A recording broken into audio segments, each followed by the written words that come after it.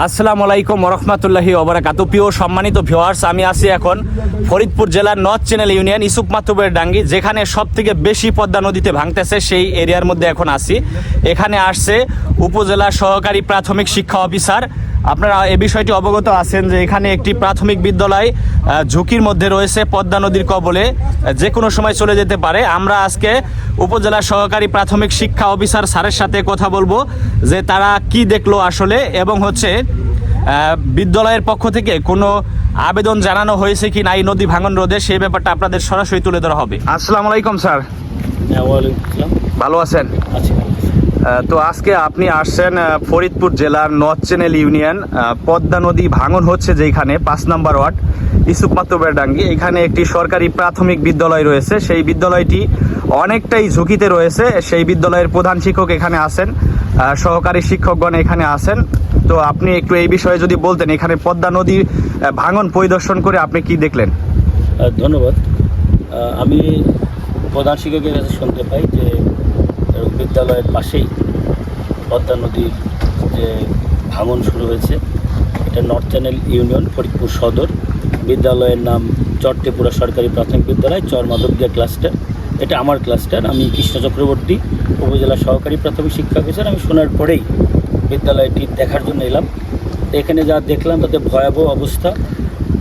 এইভাবে যদি ভাঙতে থাকে হয়তো 2-4 দিন সময় লাগতে পারে। আমরা বিদ্যালয় থেকে এখন নদীর পাড়ি সর্বোচ্চ 70 থেকে 80 মিটার দূরে অবস্থান করছে।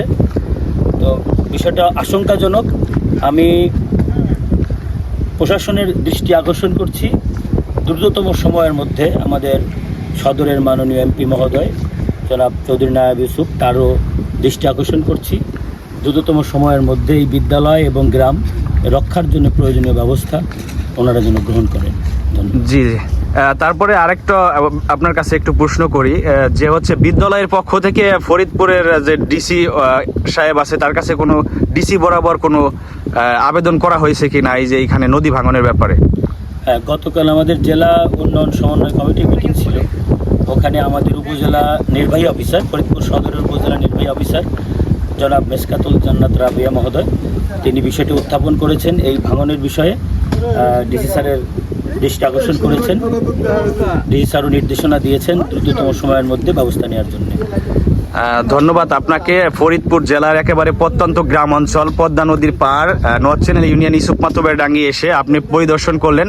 আশা করি বিদ্যালয়ের পাশাপাশি আমাদের এই নর্থ চ্যানেল ইউনিয়ন হচ্ছে চর অঞ্চল। এই এলাকার বেশিরভাগ নদীর পার্শ্ববর্তী এলাকার মানুষ, খেটে খাওয়া মানুষ, কেউ হাল বায়, কেউ জাল বায়, কেউ হচ্ছে কৃষি কাজ করে, কেউ আবার অন্যের ক্ষেতে কাজ করে জীবিকা নির্বাহ করে। আপনারা বিদ্যালয়ের পাশাপাশি আমাদের এই চর অঞ্চলের বিশেষ করে 5 নম্বর ওয়ার্ডের সাধারণ জনগণের কথাও তুলে ধরবেন। জি।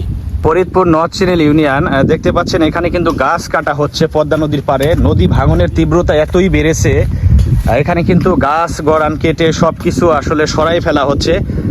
ভাই, গাছ কাটতেছেন কেন? কিসের জন্য? নদীতে ভাঙতেছে। নদীতে ভেঙে নিয়ে যাচ্ছে এই জন্য? এই গাছগুলা কি আপনাদের? আমাদের। আচ্ছা। একটা টিউবওয়েল ছিল, পাকা টিউবওয়েল ছিল, সেটাও ভেঙে সরাই ফেলানো হচ্ছে, চেষ্টা করা হচ্ছে। এটা তো আর সরানো যাবে না, একেবারে নদীর মানে হচ্ছে পাড়ে পড়ে গেছে। এই যে এই টিউবওয়েলটা দেখতে পাচ্ছেন এই বাড়ির একেবারে পাড়ে ছিল। আর এইখানে দেখেন ভাঙনের অবস্থাটা কি, বিশাল উঁচু মানে পাহাড়ের মতো হয়ে গেছে ভাঙতে ভাঙতে। এইখানে দেখতে পাচ্ছেন পুরা এরিয়াটা হচ্ছে পদ্মা নদীর ভাঙনের কবলে পড়েছে। Faridpur north channel union.